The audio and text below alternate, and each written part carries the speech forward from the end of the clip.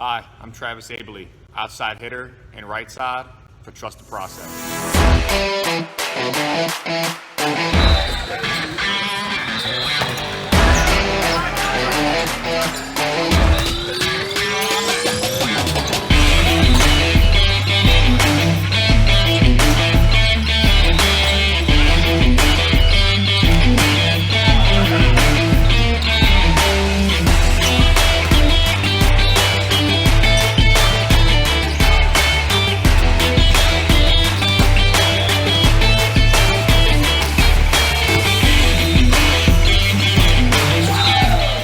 I'm 28 years old. I'm currently the assistant coach at Richmond College and the head beach coach there as well, starting the program up this year. So my preferred position would be right side and then backup setter. I did that my senior year in college, and I really fell in love with being able to be both sides of the game. When I first fell in love was early memories of my dad and my aunt and uncle playing here. Before this place existed, it was at the West growing up.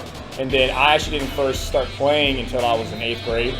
I was actually playing basketball outside, and my next door neighbor, who was on the JV squad at Lee Davis High School, said, "Hey, you ever played volleyball before? I've seen you outside with your dad playing." And I was like, "No, but I mean, I've always loved to try. I never knew it existed really for men's." And I went to tryouts the next day. I walked up, the coach saw how tall I was at the time and said, "Okay, yeah, you're playing." And pretty much started playing from there. Least favorite thing is the stereotypes that come with men's versus women's volleyball and vice versa. Coaching on the women's side for so long, there's a very distinct difference of how the game is played, and I don't believe you have to play to those roles. I feel like men can play just as defensively if they put their mind to it, and then women can be just as offensive juggernauts as the games progress, because these athletes that are coming out more and more and more, the game is starting to become more combined in terms of play style. So I hate people just rely on guys for hitting straight down. Guys can play defense and then vice versa. Right side solo stuff block. I know it's cheesy, but everyone can hit a ball, bounce down on an open net. You know, every person's dream is to drop that one ball down. Blocking is a lot more technical and more fundamentally sound to get that block, especially if it's a solo. And it's a good set and a good attack coming your way. I just feel like in order to do that, you have to have some IQ of how to block fundamentally sound.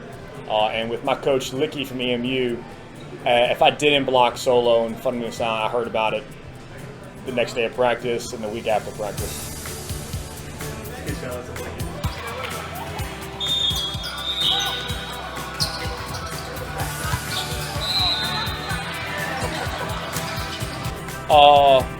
That sometimes being a warrior on the court can be intimidating. I also got that from a couple of coaches while playing in college. Just my intensity level when I do step into that role, I don't take plays off very often, and I expect a lot of my teammates, which can come across as being demanding or pushy. So having that kind of that warrior mentality can be a burden sometimes.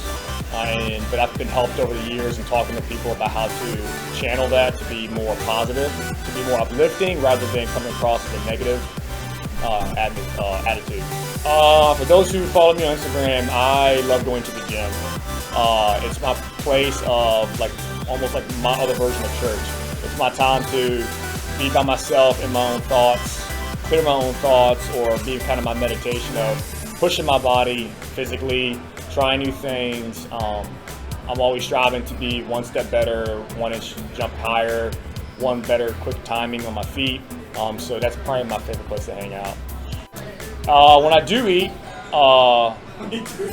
it would probably have to be Mod Pizza. It's become probably my new go-to. The Fred, it's like a spicy Hawaiian. I've been known to go there like twice a day on my cheat days and just pig out. I'm proud to be a non-traditional college athlete. I don't feel like that path is the norm, which is not.